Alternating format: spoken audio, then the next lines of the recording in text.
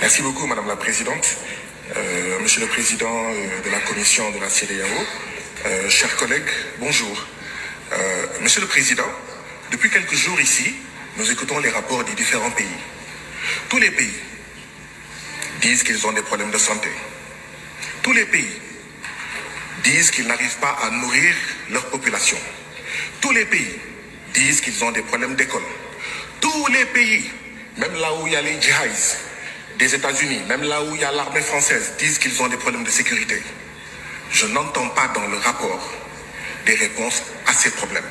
Je n'entends pas dans ce rapport une prise en charge de ces problèmes. Monsieur le Président de la Commission de la CEDEAO.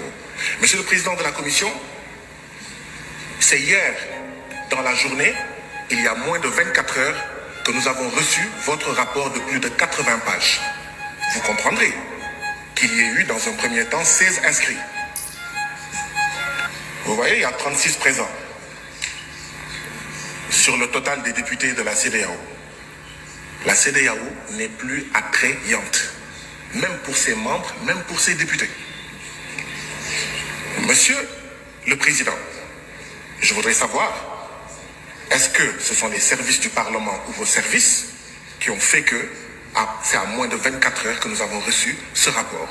Parce que si nous voulons bien travailler, ce ne sont pas de bonnes conditions pour que les députés puissent prendre connaissance de ce rapport et puissent contribuer du mieux qu'ils peuvent, d'accord, aux politiques, en fait, communautaires. Monsieur le Président, vous avez dit qu'un peu plus de 85%, que les recettes des prélèvements communautaires financent un peu plus de 85% du budget de la CEDEAO. D'où viennent les 15%? D'où viennent les 15 autres pourcents? Monsieur le Président, notre CEDEAO va bientôt avoir 50 ans.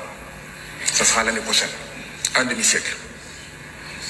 À la veille de ces 50 ans, nous avons le retrait de 3 de nos membres. Voilà le bilan de la CEDEAO.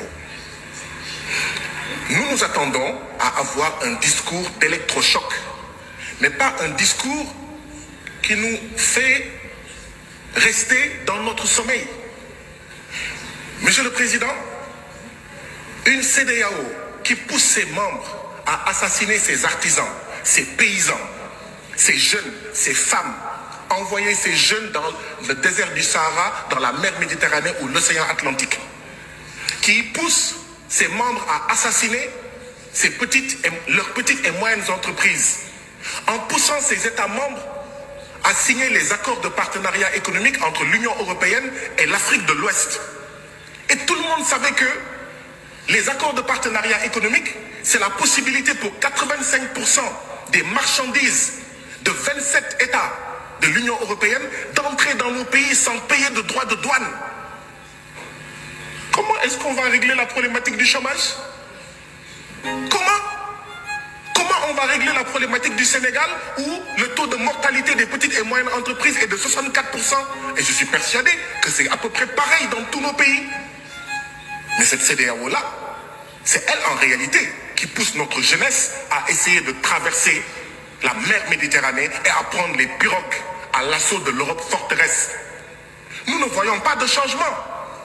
Cette CEDEAO qui pousse nos pays à maintenir les bases militaires françaises, à accueillir les djihadistes et d'autres armées d'occupation, parce que cette CEDEAO ne nous aide pas, n'aide pas nos pays, comme le Mali, comme le Burkina, comme le Niger et comme d'autres pays, à faire face à la sécurité. Voilà ce que c'est que la CEDEAO. Mais qui va rester dans un mariage pareil? Un homme et une femme sont mariés. L'homme prend ses bagages et part. La femme dit à son mari, tu vas revenir par la force, viens.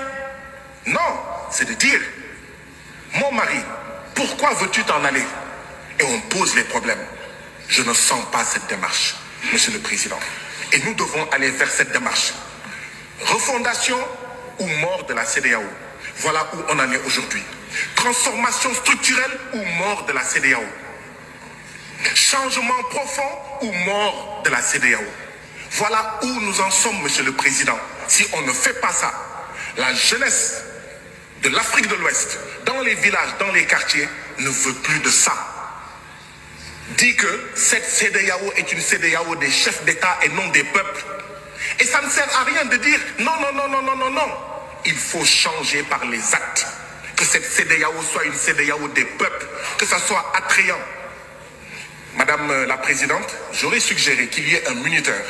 Dans nos différents parlements nationaux, il y a un minuteur, d'accord, qui montre... Votre temps de parole est épuisé. Et je suis le seul. Pourquoi? Pourquoi? Pourquoi? La CEDEAO est censée être... Honorable Baba Sall. Honorable Baba Sall, vous avez la parole.